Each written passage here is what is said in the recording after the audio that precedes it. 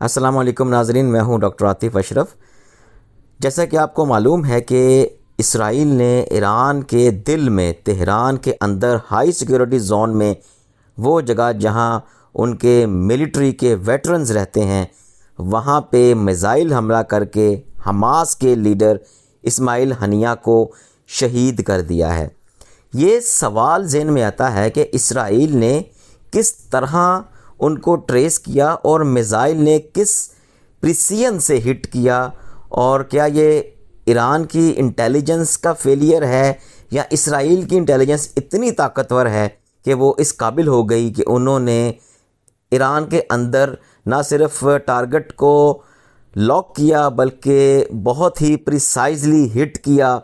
और ये कैसे मुमकिन है, ईरान का मुमकिन जवाब क्या हो सकता है और इसके ओवरऑल ख़ित्ते के ऊपर क्या असरात हो सकते हैं, क्योंकि कुछ ही घंटे पहले इसराइल ने हिज़्बुल्लाह पर भी अटैक किया था। वो लुबनान के अंदर इन्होंने हिज़्बुल्लाह का टॉप कमांडर भी शहीद किया था। तो एक ही दिन में दो टारगेट्स हिट करना, ये इसराइल की कैपेबिलिटी के ऊपर भी बात करेंगे और सिनारियोज़ तीन जो हैं वो बन रहे हैं, उस पर बात करेंगे। पहला सिनारियो ये है जो कि इसराइली मीडिया कह रहा है कि हमने ईरानी सरजमीन से अटैक नहीं किया बल्कि फ्रॉम आउटसाइड ईरान अटैक किया है। यानी अगर आप तल अबीब का फ़ासला तेहरान से लगाएं तो तकरीबन 1000 किलोमीटर बनता है। तो क्या इसराइल इस काबिल है कि इस 1000 किलोमीटर दूर के फ़ासले से एक शख्स को एक कमरे के अंदर निशाना बना ले? तो ये क्लेम इसराइल का है। दूसरा क्लेम अरब मीडिया का है। अरब अल अरबिया ये कह रहा है कि ये साथ वाली किसी बिल्डिंग से अटैक हुआ है, वहाँ से मिज़ाइल आया है और खिड़की तोड़ के उनके रूम में आया है, तो वहाँ पे इस्माइल हानिया की शहादत हुई है। तीसरा सिनारियो ईरान का है। ईरान ख़ुद ये कह रहा है कि यह मिज़ाइल हवा से आया है, एयरबॉर्न है और हवा से मिज़ाइल हिट किया है उस टारगेट के ऊपर। इसमें हम तीनों सिनारियोज़ पे बात करेंगे। सबसे पहली बात हम ये कर लेते हैं कि अगर तो इसराइल ने अगर हम इसराइली मीडिया का क्लेम देखें कि ईरान के बाहर से हमला किया गया है, तो ईरान से बाहर हमला सिर्फ एक सूरत में हो सकता है और वो है लॉन्ग रेंज गाइडेड मिज़ाइल की सूरत में। तो क्योंकि इस बड़ा कम्प्लेक्स सिस्टम होता है लॉन्ग रेंज मिज़ाइल को मॉनिटर करना, फिर उसकी एडजस्टमेंट्स करना, रियल टाइम का डेटा लेके सैटेलाइट से लेके, फिर उसके ऊपर इंटेलिजेंस शेयरिंग भी होती है, साथ साथ मिज़ाइल की जर्नी को, उसकी ट्रेजेक्ट्री को भी मॉनिटर किया जा रहा होता है, फिर वो जाके टारगेट को हिट करता है। लेकिन ये बहुत ही कॉम्प्लेक्स प्रोसेस है।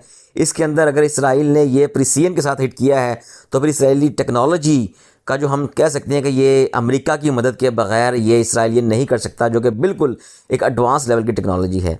दूसरा सिनारियो की अगर हम बात करें तो वो है ईरानी मीडिया का सिनारियो। अब ईरानी मीडिया ये कह रहा है कि ये एयरबॉर्न प्रोजेक्टाइल था, यानी कि ये जो प्रोजेक्टाइल था ये लॉन्च किया गया था हवा से, और जो कि ड्रोन से भी हो सकता है और मिज़ाइल से भी हो सकता है। क्योंकि इसने बिल्डिंग को स्ट्राइक किया जहाँ पे इस्माइल हानिया रह रहे थे, तो इसका मकसद ये है कि ये जो है वो ड्रोन हमले से हो सकता है। और जो मिज़ाइल अटैक है ये नियर बाई लोकेशन से भी हो सकता है, किसी ख़ास डिस्टेंस से भी हो सकता है।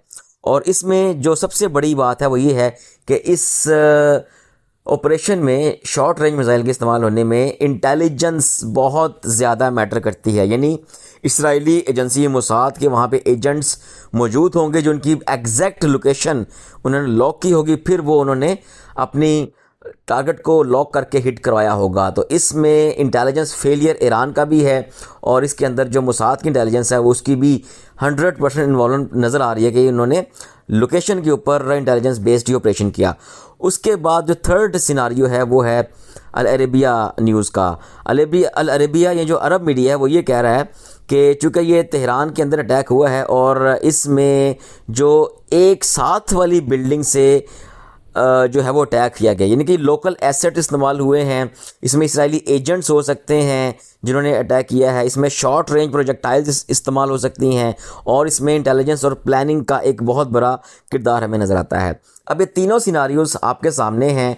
लॉन्ग रेंज मिज़ाइल का भी सिनारियो है, शॉर्ट रेंज मिज़ाइल का भी सिनारियो है, एयरबॉर्न भी है और जो साथ वाली बिल्डिंग से भी है। तो एग्जैक्ट इन्फॉर्मेशन नहीं है। अभी इसराइल ने ऑफिशियली ये तस्लीम भी नहीं किया कि वो इसके हमले उन्होंने किया है, ये नहीं किया। लेकिन एक बहुत बड़ी डेवलपमेंट ये हो रही है कि इसराइल ने एक ही वक्त में हिजबुल्लाह और हमास के टॉप लीडर्स को शहीद कर दिया है। हिजबुल्लाह को लबनान में निशाना बनाया है और हमास के लीडर को तेहरान में निशाना बनाया है। उसके बाद एक इस्राएली जो वज़ीर-ए-आज़म नेतन्याहू हैं, उन्होंने ये भी कह दिया है कि अपनी कौम से उन्होंने कहा है कि आप अलर्ट रहें और ख़तरे के लिए तैयार रहें, हम हर तरह की सिचुएशन के लिए तैयार हैं। यानी कि हमास भी बदला लेने की उसने भी ऐलान कर दिया है। ईरान ने सुर्ख झंडे लहरा दिए हैं, जिसका मकसद है कि हम बदला लेंगे। इसके अलावा जो हिजबुल्लाह भी इस पे बदला लेगी। लबनान की सरजमीन पे भी हमला हुआ है। यानी कि दो खुद मुख्तार मुल्कों की ज़मीन पे 24 घंटे के अंदर अंदर, बल्कि 12 घंटे के अंदर अंदर इसराइल ने अटैक किया है और उसके दो मुज़ाहमती ग्रुप हमास और हिजबुल्लाह को निशाना बनाया है और दो सॉवरन कंट्रीज़ भी इसराइल के निशाने पे आए हैं। तो इस तरह एक जंग की कैफियत पैदा हो गई है। अब बात ही आती है कि हमला कैसे हुआ, ईरान ने किस तरह इस हमले को रिपेल ना कर सका। अगर हम माजी में जाएं तो जब इसराइल ने सीरिया में, शाम में ईरान की एम्बेसी पे अटैक करके टॉप जनरल्स को शहीद कर दिया था, तो उसके बदले में जवाब में ईरान ने अपनी सरजमीन से 300 क्रूज़ और बैलिस्टिक मिसाइल्स फायर किए थे और 7 ड्रोन्स भेजे थे। लेकिन इसराइल अपने डिफेंस सिस्टम की वजह से 99% मिसाइल्स को रोकने में कामयाब हो गया था, उसको हवा में ही तबाह कर दिया था और जो चंद मिसाइल गिरे थे उससे कोई नुकसान नहीं हुआ था, सिवाय एक खातून के वो ज़ख्मी हुई थी। तो इसी तरीके से जब ईरान ने बदला लिया और इसराइल ने उस बदले को भी रिपेल कर दिया। फिर इससे पहले ईरान के साइंसदानों को ईरानी सरजमीन पर ही इसराइल हिट कर चुका है, हिजबुल्लाह को हिट कर चुका है और ये जो सारी चीज़ें हमारे सामने हैं। और ईरान का जो हमला है वो इतना कामयाब नहीं रहा।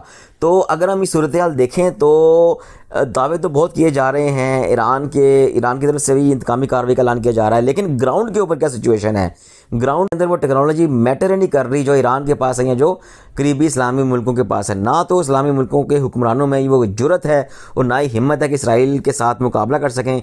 बस मजम्मतें, दावे, खोखले नारे लग रहे हैं। इस पहले इस्माइल हनिया कतर में थे और जब तक कतर में थे वो ज़िंदा थे, लेकिन ईरान में आते ही वो एक मेहमान थे तो उनको हिट कर दिया गया। तो ये ईरान का कंप्लीट इंटेलिजेंस फेलियर है और ईरान की कैपेबिलिटी के ऊपर भी, उनके एयर डिफेंस के ऊपर भी सवालात उठ रहे हैं इस सारे हमले के बाद। अब बात आती है कि ईरान अब कैसे हमला कर सकता है, ईरान के लिए सिनारियो क्या बचता है। तो इसराइल का जो क्लेम है वो ये कहता है जी कि ईरान प्रॉक्सी यूज़ करता है, हमास और हिजबुल्लाह को फंड करता है, इन्हें आर्म करता है और इन्हें इसराइल के खिलाफ एज अ प्रॉक्सी यूज़ करता है। लेकिन ईरान ने अब इसराइल के अंदर डायरेक्ट हमले करने का भी इंदिया दिया है। तो क्या ईरान इसराइल में डायरेक्ट हमला कर सकता है? चूँकि ईरान की सरहद इसराइल के साथ नहीं मिलती तो वो through Syria, through Lebanon, Hezbollah की ही आ सकता है। इसके अलावा ईरान की कोई सरहद नहीं मिलती। लेकिन क्या इसराइल ईरान के हमले के लिए तैयार है? ईरान का जो बहरी रास्ता है जिसे स्ट्रेट ऑफ हॉर्मोज कहते हैं, आबनाई हॉर्मोज, वो इंटरनेशनल ट्रेड का एक रूट है। अगर ईरान उसे बंद कर देता है तो फिर ये पूरी दुनिया की तजारत मुतासिर हो सकती है। ईरान बहरी रास्तों में थ्रू यमन इसराइल पे हमले करवा सकता है। यमन के अंदर भी जो हौसी बागी हैं वो भी इसराइल के ऊपर हमले करने का इंदिया दे चुके हैं और यमन के ऊपर भी उसकी बंदरगाह पर इसराइल अटैक कर चुका है। यानी कि इसराइल ने 3 अरब मुल्कों के साथ पंगा ले लिया है और साथ उसके 2 मुज़ाहमती तंजीमें हमास और हिजबुल्लाह को तबाह कर रहा है और बाकी जो इस्लामी दुनिया है ये बिल्कुल खामोश तमाशाई बनी हुई है। तो अब ईरान के लिए बहुत बड़ा इम्तिहान है, वो किस तरह से सारी सूरत हाल को देखता है और किस तरीके से ये इसका इस्माइल हानिया की शहादत का, जो कि इनके पास मेहमान आए थे, उनका बदला लेता है। तो ये सारी अभी सूरत डेवलप हो रही है। लेकिन शर्म का मुकाम है इन तमाम हुक्मरानों के लिए, इन तमाम मुसलमान मुल्कों के हुक्मरानों के लिए जो गज़ा के अंदर हज़ारों फ़लस्तीनियों को कटता देखकर, गाजर मूली की तरह कटता देखकर, बच्चों औरतों को तबाह होते देखकर खंडर बना दिया गज़ा को, अभी तक खामोश हैं और इतनी जुर्रत नहीं है कि इसराइल के ख़िलाफ़ एक तगड़ा कोई बयान दे सकें या उसके ख़िलाफ़ कोई अमली इक़दाम कर सकें। इसराइल मज़ीद जराना इक़दाम कर रहा है, वो किसी को खातिर में नहीं ला रहा। वो अमेरिका को भी आंखें दिखा रहा है और कहता है जी मेरे पास उसे इतना गुरूर है अपनी ताकत का, अपनी टेक्नोलॉजी के ऊपर कि वो इसको हर तरह से मुसलमानों को ज़ेर कर रहा है। मुसलमान हुक्मरान तमाशा देख रहे हैं और जुल्म के पहाड़ ढा रहा है। यहाँ पे हमें जो मुसलमान हुक्मरान हैं जो मुसलमान मुल्क हैं जिनकी अहलियत भी है, तुर्की की अहलियत है, बाकी मुल्कों में अहलियत है इसराइल का मुकाबला करने की, लेकिन वो पता नहीं किस मुफाद का शिकार हो जाते हैं।